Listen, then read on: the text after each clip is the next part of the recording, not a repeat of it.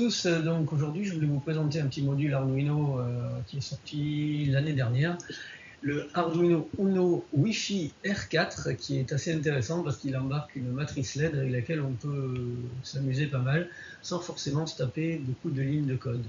Je vous fais cette vidéo parce que j'ai trouvé très peu de tutos en français déjà qui expliquaient correctement comment utiliser le logiciel en ligne. Donc voilà, on y va tout de suite. Le petit Arduino Uno, le voilà. Et c'est parti.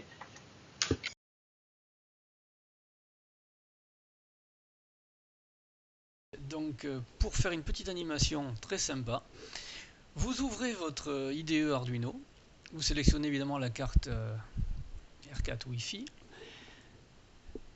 vous sélectionnez dans les exemples qui sont fournis l'exemple correspondant à la matrice LED Play Animation, pardon. Voilà. Donc il ouvre une deuxième instance de l'IDE, on peut fermer la première. Et on se retrouve avec ce sketch là, qui est assez court, hein, comme on voit. Donc le plus important c'est ici, c'est matrix.loadSequence animation. Et animation, on ne voit que c'est ça. Alors c'est quoi donc? On va voir ça de suite. Donc si je sauve tel quel, j'enregistre le projet.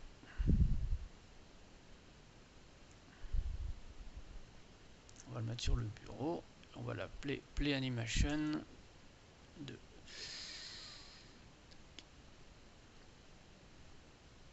Voilà.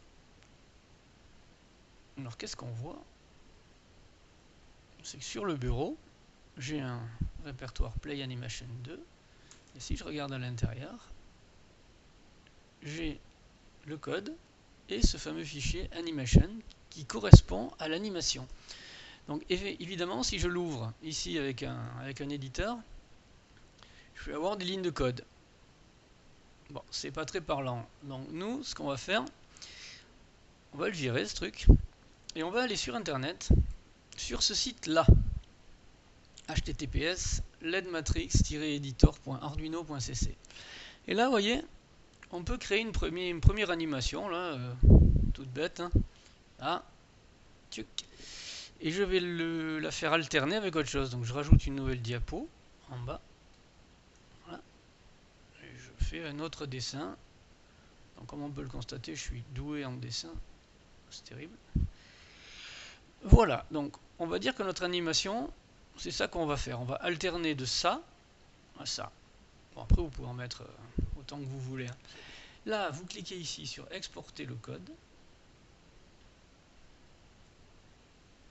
Vous lui donnez un nom, hein, par exemple animation. Bon, bah, tiens, on va le laisser comme ça. Voilà.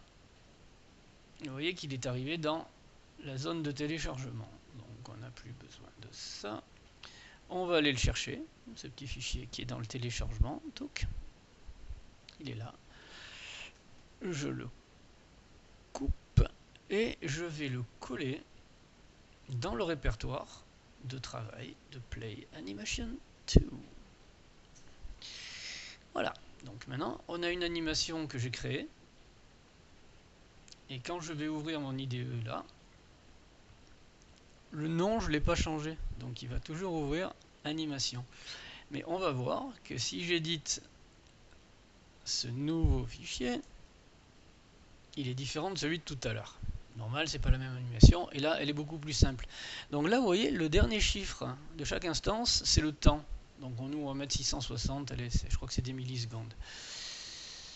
Voilà, on sauve. Et là, comme vous le savez déjà, on va uploader notre petit code dans l'Arduino Uno. Si j'ai pas oublié, du moins de sélectionner le port sur lequel il est raccordé, mais je pense pas.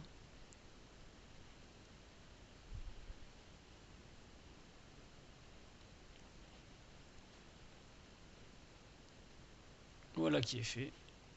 Et on va regarder l'animation tout de suite, ce que ça a donné.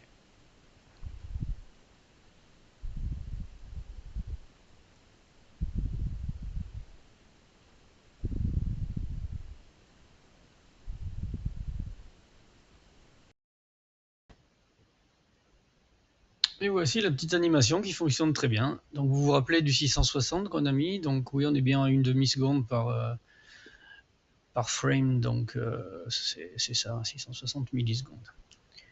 Voilà. Dernière chose.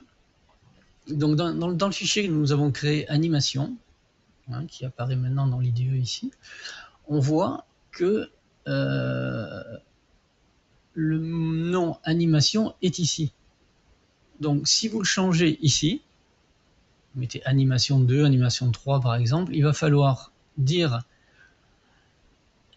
dans le code que vous voulez utiliser l'animation 2 ou 3 ici.